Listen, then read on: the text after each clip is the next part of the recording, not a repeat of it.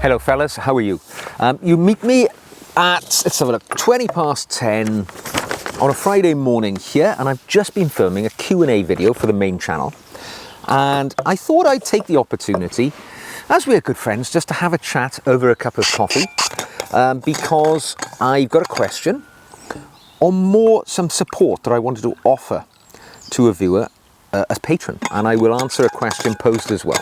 So, I've had a communication from Daniel. Now, Daniel is one of our patrons here, and a while ago he sent some images in of a suit which he purchased which hadn't turned out rather well. You might recall that video where I talked about maybe paths he could take to complain, but do so in a gentlemanly manner. And Daniel has asked me a question, or not so much a question, but he's told me something about a journey he is going on. And I wanted to offer him some advice and support, but rather than type it into, some sort of long convoluted comment, I thought I would use the medium of video to answer this question. So it's kind of, he sent me a question and also mentioned something. So first of all, Daniel says, "Dear Ash, over the last few years, I've been nurturing an interest in classic menswear style. It started from personal necessity as I had difficulty finding decent suits off the rack. And I went with a sense of excitement to the endless aesthetic possibilities of the sort of sartorial subculture that it has to offer. I've been following this channel for some time, and he's very gracious in saying that he does enjoy our work here. But then goes on to say, "You inspired me to go out there and establish my own social media platform, where I will be sharing the knowledge I've accumulated about classic style with the local crowd where he lives in his language. And it may take some time before I launch my channel, as I'm currently in the process of editing a bunch of videos that I filmed. I assume it will happen sometime in 2025. And he sent me some photographs about his videos which are now in production. And he goes on to say that, he's been inspired to do so by my work. And he asks me a question.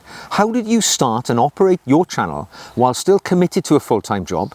When did you find the time to write content, research it, film and edit the videos?" So there's a lot of stuff going on there. I'll answer the bit about how I found the time first of all. I've mentioned this a few times, so I'll skip over it very basically. For me, YouTube was an accident. It was a journey of an accident because I was running a charity at the time, and we sought to improve our engagement with our target audience, which were older people. And to do so, we wanted to start using video to reach out to people. And of course, YouTube is a great medium because it's free. So as a charity, it was a great avenue for us to create videos where we gave advice on, it was all about averting loneliness and isolation. And YouTube gave us the platform to create a number of videos where we offered advice as part of a project we were working on. However, nobody in our sort of little circle on the trustee board knew anything about YouTube or how to make videos for it. So I kind of volunteered and said, "Go on then, I'll give it a go."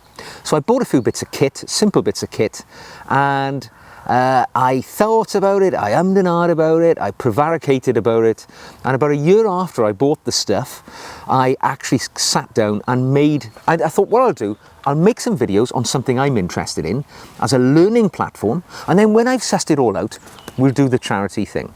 And you can guess what happened. The thing that I set up to learn how to use YouTube was the Chap's Guide. The project we did for the charity existed for a year, was successful, it got retired. When that got put to bed, I kept going with the Chap's Guide. And next month I've been doing it now for 5 years. It's been quite the journey. So where did I find the time to do it? Quite early on, I discovered that for me, the videos were not a chore. All right, I enjoyed the technology. I'm very basic, as you will know if you watch my videos. I basically record videos where I'm speaking to a camera, and I will overlay and illustrate some points that I make as I speak with images, which I source from the internet generally, or from photographs I take in my own life. So the editing is relatively straightforward. The video production is straightforward. I'm in the outdoors. I film outdoors for obvious reasons. I love the outdoors. I'm an outdoor guy, live in a rural area. I have access to this woodland, so it's a sort of ready-made studio for me. But also, I don't faff around with lighting. Mother Nature does that for me, and it's a bit bright today, but You know, generally I pick the days where it's nice, but overcast is the best. And the audio is good here, because when you're indoors, there's echo and things like that. Outdoors, it's perfect for audio as long as it's not windy or anything. So I'm getting a very easy life. I walk up here, throw my camera up, sit at this table that I made myself, and then I speak to a camera. So for me, it's quite straightforward. So I reduced the production stuff down to the minimum. Now, if you've got a room, and I've seen the images which Daniel has sent me, and I'll share some here. I hope he doesn't mind. I haven't asked him if I can do this. But, you know, they look really professional. He looks spot on, so much better than what I'm doing here. So it looks great. So no worries about that. You've got that sorted. But where I found the time to do it was, it becomes a hobby, doesn't it? And you will have hobbies in your life. You may play golf, you might read, you might sit and watch the TV for 2 hours a day. Well, what you can do is hive off an hour of that, you know, what you normally do, sitting watching the TV. Take an hour away from that activity and invest it in your hobby, your YouTube hobby. And pretty quickly, you will find that you can become very efficient, very effective, and you can get the job done quite simply. Last week I was in London filming with Raphael from the Gentleman's Gazette, as I've mentioned in previous uploads. And, you know, he has a crew of guys. He had, and when I filmed videos with him, there were 3 cameras. There was a cameraman. There was like another guy with the cameraman assisting as well. The audio was all spot on. There was big lighting. And it's quite a big setup. It took far longer to set up than it does to actually do the filming. So for me, it's the other way around. For me, I chat a lot longer than I prepare. So I guess my answer to you, Daniel, is that you will find the way to fit in with your lifestyle. If you have I know you have a full-time job in an intense environment. So you just have to, you will find ways of apportioning the time to the things that you want to do. And I found, now that I'm sort of semi-retired, it becomes an enjoyable experience to take my time, whereas in the past I was rushing a bit. So I've got some tips for you as a new YouTuber, which I've gleaned from 5 years at the grindstone myself. Now, this is not just for Daniel. I know there are other folks out there who may be thinking about embarking upon YouTube as an avenue for sharing their creativity with the world, or maybe even as a career choice. You know, you can make money from this. So I'll tell you what my advice is. My first advice is get on with it. All right, I prevaricated for a year before I looked at the boxes with the camera in my room. I didn't spend a lot of money on it, but I had the camera, the bits and pieces, the microphone, and I just looked at it, and I kept watching videos on how to start a YouTube channel.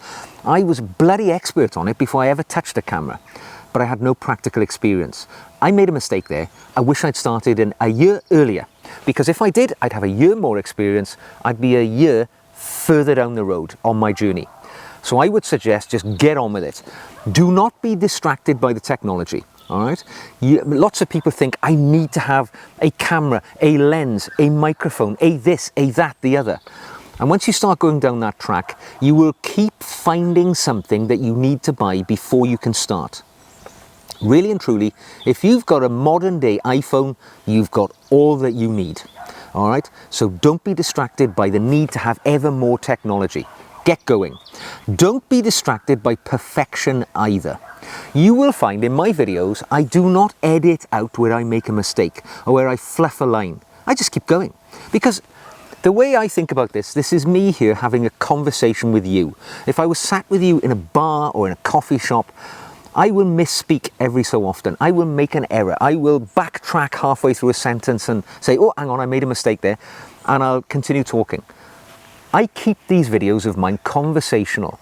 If you want perfection, go to mainstream media where you will find people who are paid a fortune to do it. Here, it's a bloke having a chat with you. And that's what you're going to get in my conversation. So don't be distracted by perfection, because you'll never find it. It is a grail that you'll never touch. Perfection is your enemy when it comes to creativity. Get on with it. You'll come close to perfection every so often, but don't worry about it. Get on with it. And what else can I say? You know, just do it. Go for it. Above all, and this is the one bit of advice which is the hardest to give to somebody, because it's something we largely don't have a lot of control over. Good videos or good content creators and bad content creators, the difference is not the technology, it's not their skills, it's their personality. All right? If you've got the charisma to let go and talk and just go for it. A lot of people hold back a little. I watched my earlier videos when I was very new to this game, and I was sort of a little bit standoffish. I didn't commit to sharing my vision with people. I was definitely, holding back. I think over the years I've learned to release myself a little.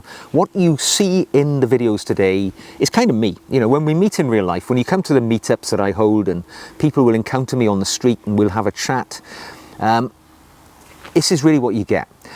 And if you can get to that point in your creation process quickly, you will be much more successful. Don't play a part. All right? I tried to do that to a degree. A little bit standoffish. I'm a little bit verbose. Verbose, I talk too much, all right? So I will ramble off. I will be a little bit, wordy in many of my responses. My diction is not perfect. When I watch a video of mine, I hear these fillers I say all the time. I say, do you know, and things like that all the time. When I'm filling a little gap, it's a mental thing. I'm always trying to get over it. It's normal. Human beings speak like this. And that's what we will engage with. Let it happen. Speak naturally. Don't try and be an actor playing a role. The images you've sent me are amazing. So much better than anything I could ever hope to achieve on my channel, which is so basic and simplistic. It embarrasses me sometimes when people say they enjoy my videos. And I think to myself, what are you enjoying? Some chap sitting in a field rambling at a camera. But if it brings pleasure to people, I'm a happy chap, because it gives me relevance and it allows me to continue doing it. But just go for it, buddy. You're talking about sometime in 2025. I would say reevaluate that. You've already filmed these things. Get them out by the end of 2024. You will look back in the future and think, I'm glad I didn't hang around. Because when you start, messing around, prevaricating, procrastinating about when it's time to release them, just do it. You've got to accept that the early ones, not many people are going to watch them. You're just going to be making them largely for yourself and a small group of people.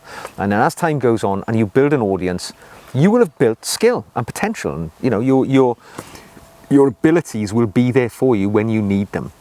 And they will build over time. So Daniel, get that stuff out there, and of course share with us the links to your work, because I'll gladly share it through my channel and let other people know what you're doing, and hope that they can come to you as well, because I know you're an incredibly stylish man. You've been on the Am I a Chap feature that I do.